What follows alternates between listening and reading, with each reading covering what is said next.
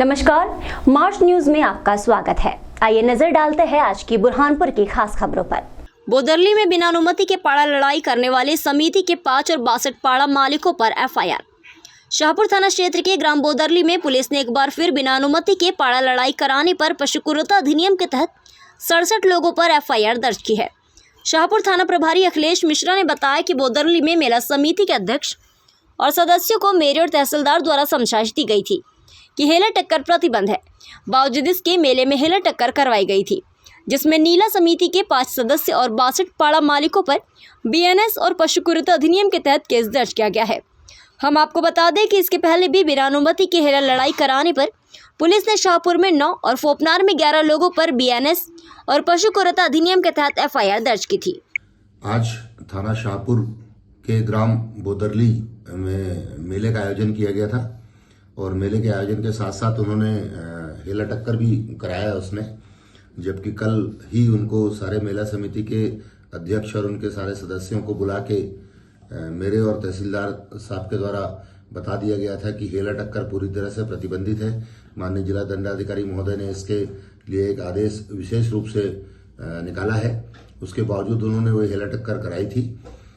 उसमें आज थाना शाहपुर में धारा 223, 125 बीएनएस और 11 घ पशु क्रूरता अधिनियम के तहत मेला समिति के अध्यक्ष, उसके 4 सदस्य तथा 62 हेला मालिकों के विरुद्ध प्रकरण पंजीबद्ध किया गया है और इसमें शीघ्र ही हम विवेचना करके प्रकरण माननीय न्यायालय में प्रस्तुत करेंगे।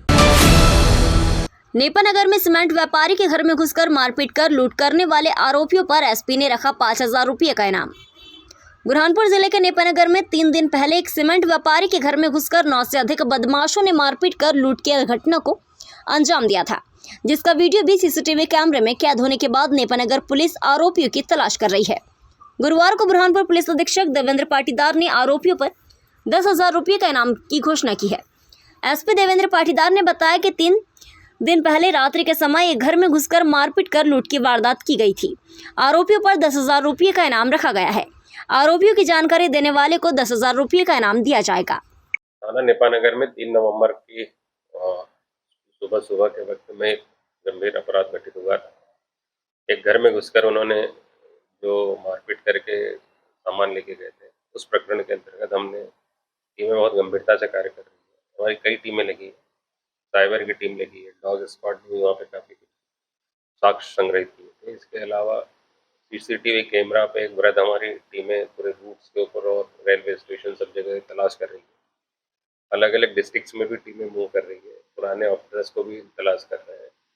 कुल मिला के बहुत गंभीरता के साथ में इसकी विवेचना चल रही है, किंतु अगर कोई इस संबंध में जानकारी देता है जिससे अपराध ट्रेस होता है, उसके लिए 10,000 के इनाम की घोषणा भी मेरे द्वारा की गई है, जिससे कि इस घटना को हम जल्दी से जल्दी खुलासा कर सकें। निश्चित रूप से जल्दी इस प्रकरण का खुलासा करेंगे।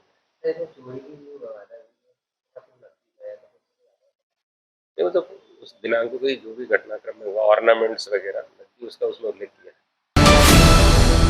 जिला प्रशासन ने दरियापुर रोड पर स्थित प्री इंडस्ट्रीज तेल पैकेजिंग पर कार्रवाई करते हुए उसे बंद करने की कार्रवाई की। गुरुवार दोपहर 3 बजे अपर कलेक्टर वीर सिंह चौहान, एसडीएम पल्लवी पुराणिक ने राजस्व अमले के साथ ग्राम दरियापुर पहुंचकर ये कार्रवाई की। एसडीएम ने बताया कि प्रिया फायर गोदाम के पास ही तेल कारखाना भी संचालित किया जा रहा है, जो नियमों का उल्लंघन है। पटाखा गोदाम और तेल कारखाने की दूरी बहुत कम है, इसलिए उसे सील कर दिया गया। कागज और नियमों को देखने के बाद आगे कार्रवाई की जाएगी।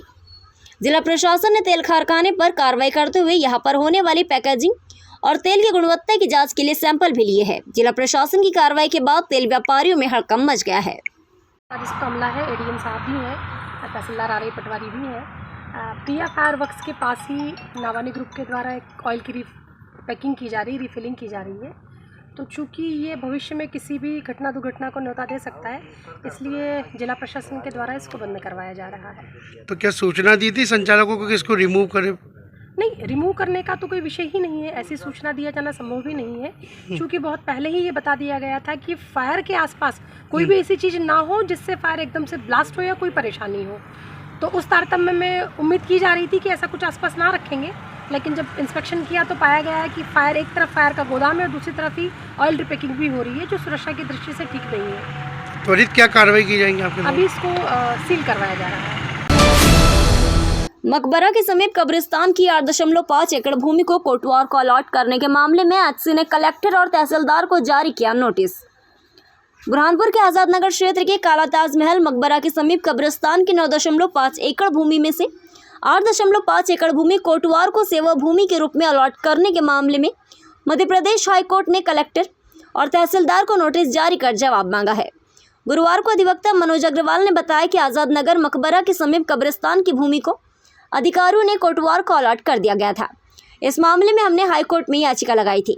सरकार की और हमारी दलील सुनने के बाद हाईकोर्ट ने जिला कलेक्टर और तहसीलदार को नोटिस जारी कर जवाब मांगा है।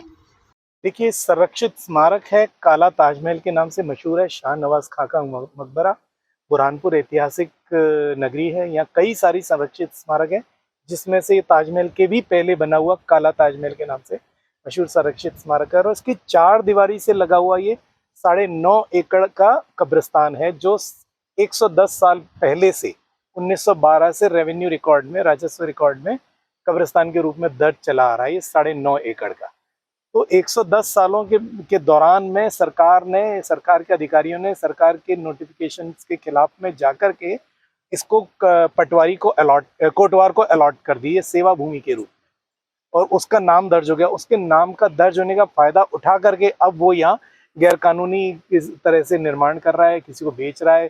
कई शराब वाले और सामाजिक तत्व यहाँ पर आ रहे हैं। तो इस बात को लेकर के, क्योंकि कब्रिस्तान की भूमि सरकार भी नहीं ले सकती, तो ये कानून है, तो ऐसी स्थिति में हमने इस मामले को लेकर के माननीय हाईकोर्ट में याचिका लगाई है। और हमारी दोनों की, सरकार की और हमारी दलीलें सुनने के बाद माननीय हाईकोर्ट ने इनको नोटिस के आदेश करके उनसे जवाब मांगा है।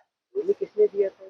ये भूमि 110 साल पहले से जिसकी थी, एक गोविंद राम नंबरदार की भूमि थी, और उन्होंने जब से ही कब्रिस्तान के रूप में दर्ज होकर के वो चले गए, कब्रिस्तान के रूप में वो दे गए थे। कलेक्टर को, कलेक्टर बुरहानपुर को, गवर्नमेंट, स्टेट गवर्नमेंट को, और तहसीलदार बुरहानपुर को, और कोटवारों को।